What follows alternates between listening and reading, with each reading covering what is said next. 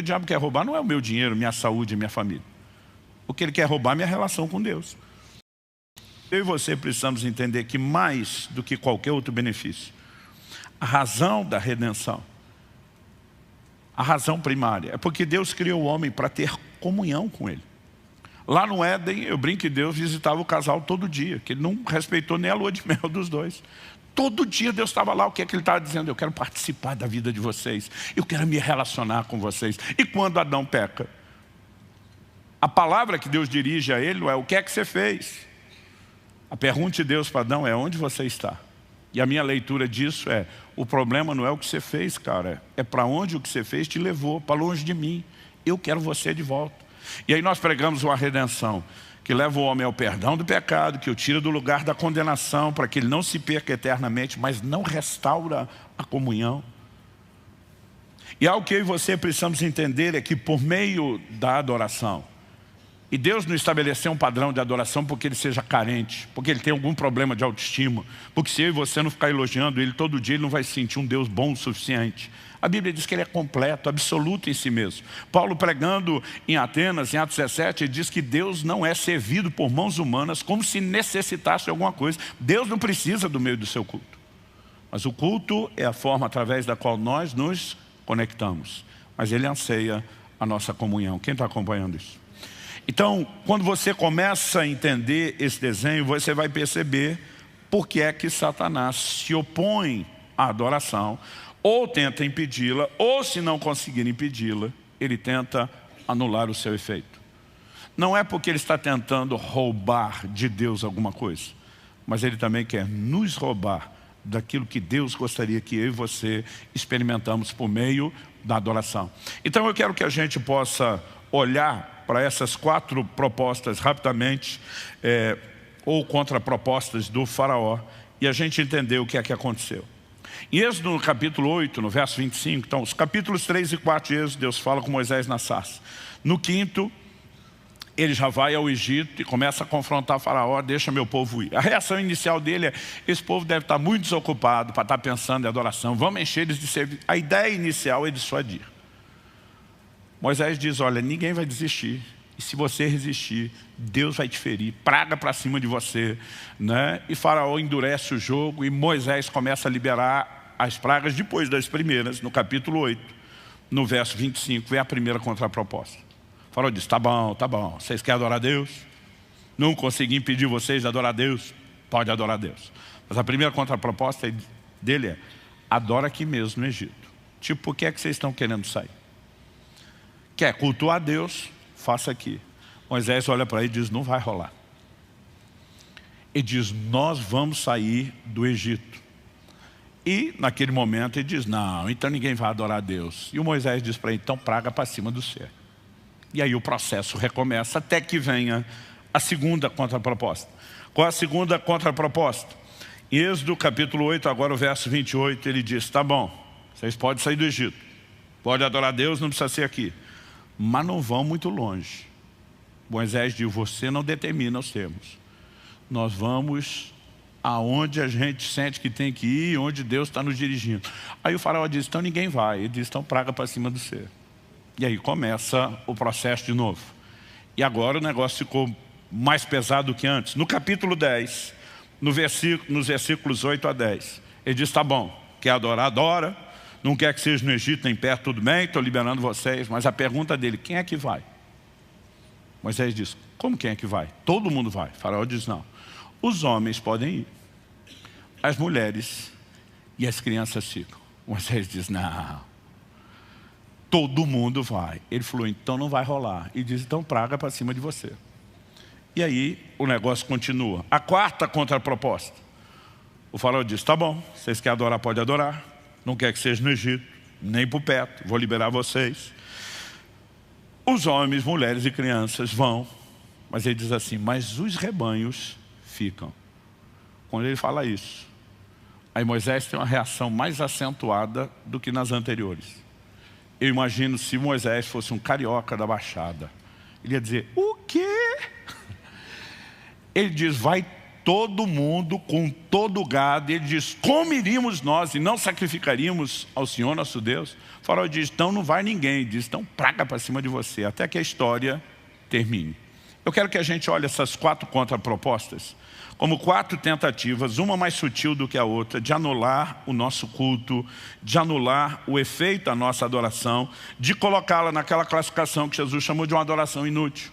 Porque quando princípios são quebrados e a adoração não cumpre o seu propósito, ela não vai ter efeito. Deus nunca quis um mero ritual, uma mera liturgia, a gente repetindo canções da boca para fora. Deus espera que haja um alinhamento completo, não só daquilo que a gente fala, mas de tudo aquilo que não apenas a gente sente, mas a gente determina em relação à nossa vida para com Ele. E o inimigo sabe disso e ele vai tentar sempre de alguma forma nos enredar para comprometer a adoração. Então uma das primeiras coisas que nós precisamos entender, por que é que Deus mandou o povo sair do Egito? É porque Ele queria um povo separado. Em Êxodo, no capítulo 19, nos versos 5 e 6, quando eles chegam no Sinai, Deus diz o seguinte, se vocês ouvirem atentamente a minha voz, guardarem a minha aliança, vocês serão a minha propriedade peculiar dentre todos os povos, porque toda a terra é minha. Vocês serão para mim um reino de sacerdotes, uma nação santa. São as declarações que Pedro vai fazer depois. Deus diz, eu quero um reino de sacerdotes, uma propriedade peculiar, um povo que seja meu, totalmente meu. É por isso que você vai ver instruções como em Êxodo 34, 15 e 16, Deus dizendo, não façam aliança com os moradores da terra. Ele diz, também não aconteçam que vocês escolham para seus filhos mulheres do meio das filhas deles, e estas ao se prostituírem com os deuses que adoram, façam com que também seus filhos se prostituam. Deus está dizendo, vocês não vão ter conexão cultural nenhuma. Eu não quero ninguém se corrompendo, eu quero um povo completamente meu. Traduzindo, o Egito é uma figura do mundo e do ambiente de pecado onde já estivemos escravizados. E quando Deus opera a redenção, que tem o propósito de nos levar à adoração, Ele está dizendo que você tem que sair de lá, porque a adoração não é para escravos, é para livres. E o nosso comportamento, o comportamento de quem pratica e exerce adoração, tem que condizer com isso. Em Gálatas, no capítulo 1, no verso 4, a Bíblia fala a respeito de Jesus nas seguintes palavras, o qual entregou-se a si mesmo pelos nossos pecados para nos desarraigar desse mundo perverso. Parte da obra da redenção é justamente nos arrancar com as raízes do Egito. Isso não significa um transporte geográfico, mas está falando de uma estrutura, de um sistema ao qual eu e você já estivemos acomodados. É por isso que Romanos 12 diz, não vos conformeis com esse mundo, não tome a forma do mundo, mas transformem-se pela renovação da vossa mente. Nossos valores, nossas práticas precisam mudar a partir da conversão. É lógico que Jesus deixa claro que sair do mundo não é literal. Não é geográfico, como eu falei antes. Em João 17, 14 a 16, na oração sacerdotal, Jesus falando ao Pai, orando pelos discípulos, diz, eu lhes tenho dado a tua palavra e o mundo os odiou, porque eles não são do mundo, como também eu não sou. Não peço que os tires do mundo, mas que os guardes do mal. Eles não são do mundo, como eu também não sou. Eu e você, a partir do momento da redenção, deixamos de pertencer a esse sistema e precisamos entender que Deus está nos retirando dele. Então a adoração não é para ser praticada nesse ambiente, nessas práticas e nesse convívio. Quem está entendendo?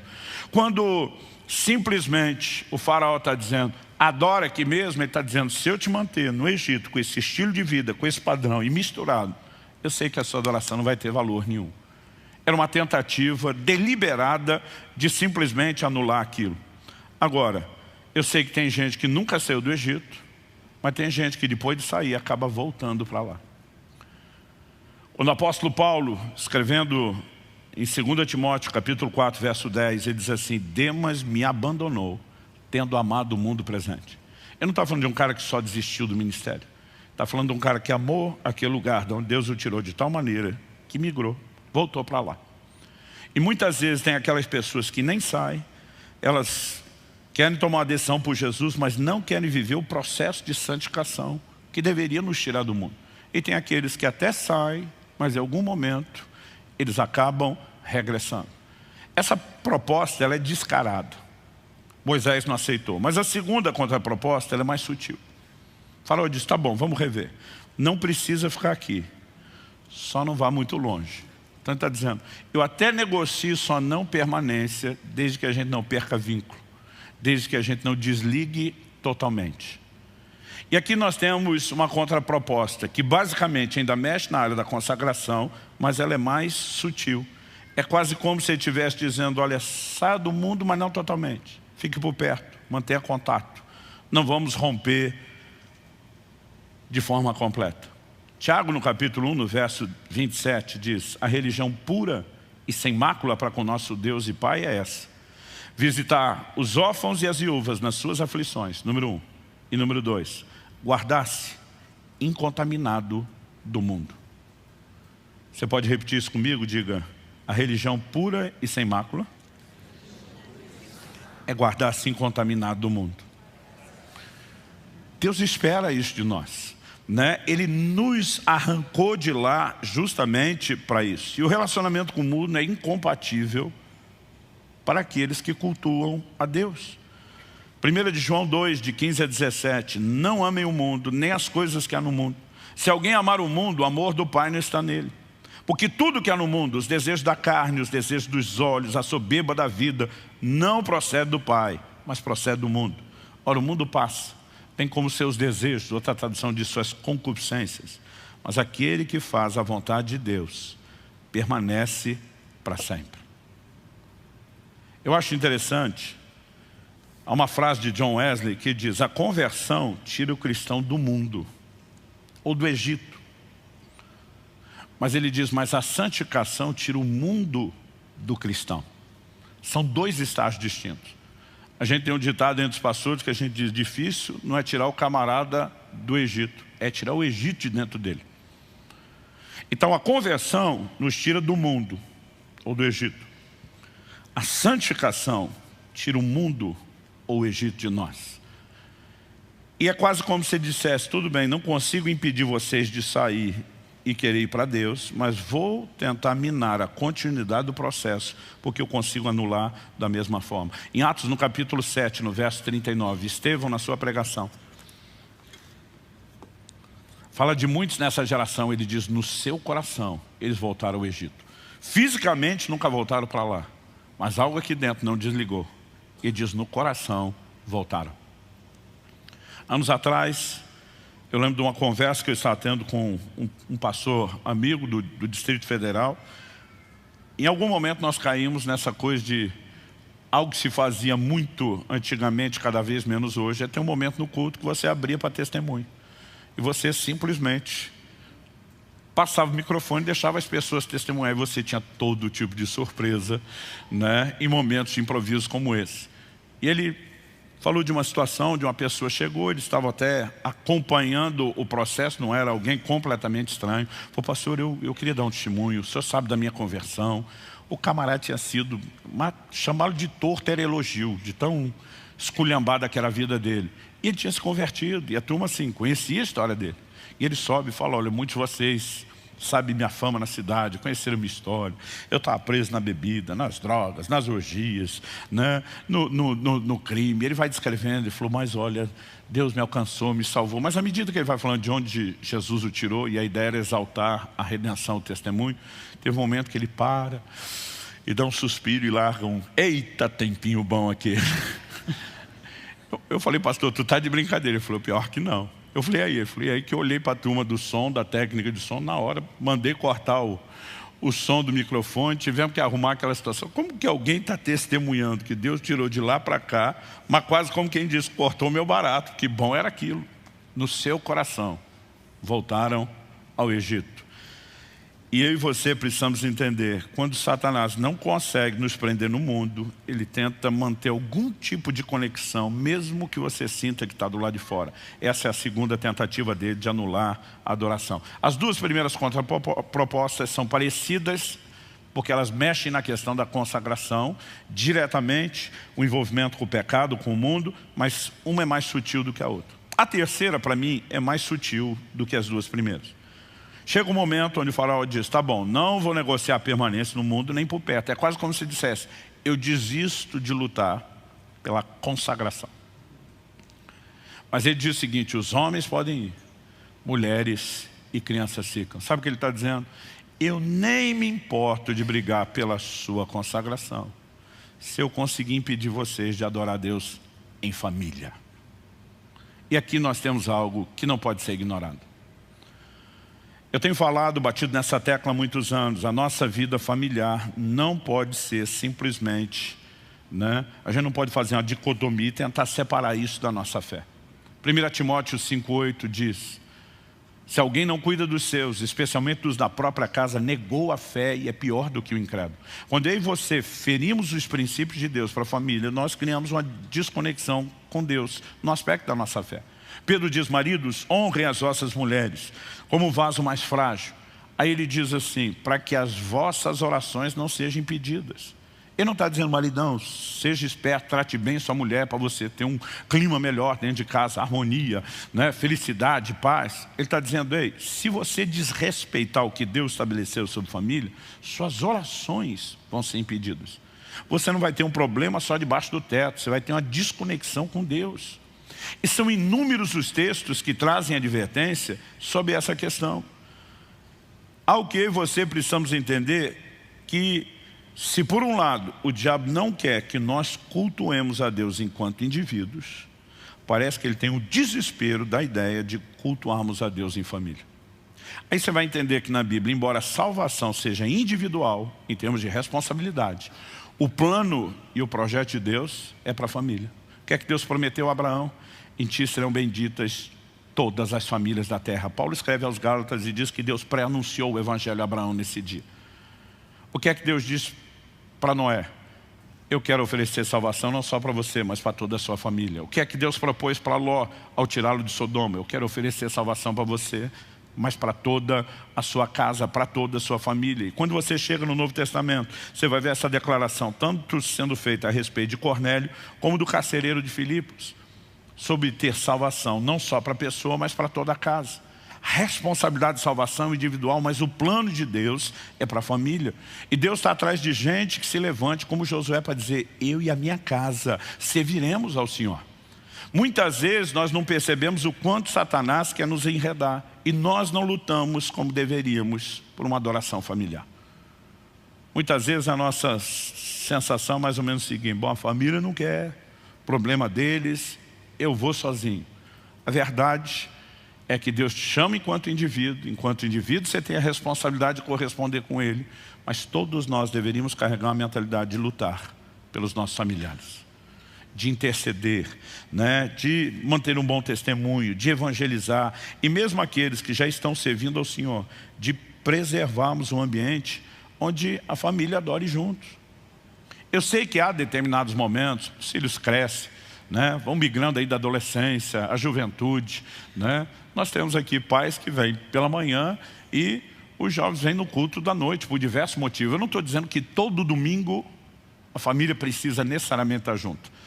Tem uma hora onde os novos núcleos familiares vão sendo formados, Meus filhos casando estão nos colocando nessa condição, mudam, vão para lugares diferentes, não dá para estar mais ali o tempo todo. Então, eu não quero que você ache que eu estou batendo o pé de que se não tiver um culto com toda a família está errado. Mas tem gente que nunca faz isso. Estou indo domingo para a igreja. Quem quer vai, quem não quer, fique. Eu lembro de quando adolescente, o dia que eu falei para meu pai que eu não ia para o culto, que eu não queria ir para a igreja. Ele diz, vai por bem ou vai no pau. Não estou dizendo que você tem que fazer isso, porque eu nunca falei dessa forma com meus filhos. Mas sabe o que eu aprendi? Ele disse, é ruim que você acha que manda alguma coisa aqui. Se tem algo que não se negocia nessa casa é eu e a minha casa adoraremos, serviremos ao Senhor. Diz, quando você for adulto, se Deus não tiver alcançado seu coração, se você não quiser se render a Ele, não é mais minha responsabilidade. Até lá, não tem chance, não tem negócio.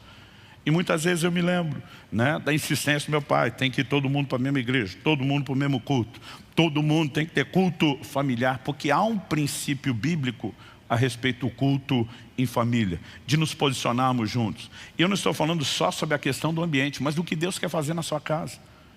Por exemplo, a gente fala de avivamento. Eu tenho irmãos que já estão dizendo assim, cara, glória a Deus, o ano está acabando, o próximo está começando, e você vê empolgação, está chegando o sobrenatural, vai ser aquele tempo do mover de Deus. Mas deixa eu te dizer, Deus não quer trazer avivamento só para a igreja e para os ambientes do culto. Deus quer fazer algo na sua casa. Joel capítulo 2, verso 28. E acontecerá nos últimos dias que derramarei do meu espírito sobre toda a carne. Primeira coisa que Deus fala, vossos filhos e vossas filhas profetizarão. Sabe o que ele está dizendo? Eu não quero derramar o meu espírito só no culto, na igreja. Eu quero entrar dentro da sua casa, eu quero pegar os seus filhos, eu quero visitar a próxima geração. Malaquias 4, eu vou converter o coração dos pais aos filhos, dos filhos aos pais, para que não venha e não fira a terra com maldição. Quando a gente tem essa desconexão, o que Deus vai fazer do lado de fora, não só dentro da família, começa a ficar bagunçado, mas quando Ele consegue fazer algo na família, Ele vai transbordar isso para fora, Ele vai transbordar isso para a sociedade. Um dia eu estava conversando com um cara, e ele falou assim para mim, pastor, qual personagem bíblico mais te inspira? Eu falei, uma pergunta ousada, difícil de você limitar. Eu falei, depende do que nós vamos conversar. Antes de eu sequer entender o que ele queria, ele já disparou. Ele falou, para mim é Filipe, o evangelista. Aquele cara entrando em Samaria. Pastor, isso aí é o meu sonho. Expulsando demônio, curando os enfermos, trazendo gente para Jesus, avivamento. Eu falei, cara, Filipe também me inspira. Eu falei, mas tem uma coisa, Filipe, que me inspira mais do que essa. Ele falou, qual? Eu falei, a Bíblia diz que Filipe tinha 4 filhas virgens que profetizavam. Quando a Bíblia usa o termo virgem, significa que elas estavam aguardando o casamento e uma construção familiar no padrão divino. Enquanto estão nessa espera, em pureza dentro de casa, estão cheias do Espírito Santo, fluindo nos dons. Falei, para mim, o avivamento em Samaria vai ser consequência, efeito colateral de quem tem uma casa que cultua, que adora a Deus, que anda nos princípios de Deus, que permite essa manifestação do Espírito Santo na família primeiro. Quem está entendendo? E sabe, o faraó está dizendo, eu nem preciso negociar permanência no mundo ou por perto, se eu conseguir bagunçar o padrão familiar. Quarta e última contraproposta, a mais sutil de todas elas.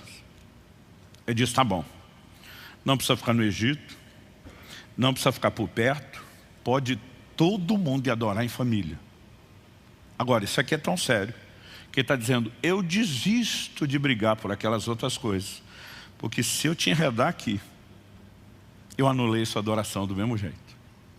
E talvez essa seja uma das áreas, eu diria que progressivamente, cada proposta vai ficando mais sutil do que a outra, mas eu diria que talvez essa seja aquela que a gente não consegue, porque até a família a gente ainda vê, Satanás está lutando contra. Mas quando chega aqui, ele falou, olha, não brigo pela sua consagração, não vou tentar manter ninguém no mundo, não vou brigar para ter conexão, deixo de lutar para perturbar a adoração em família, desde que o gado fique. Qual era a importância do gado?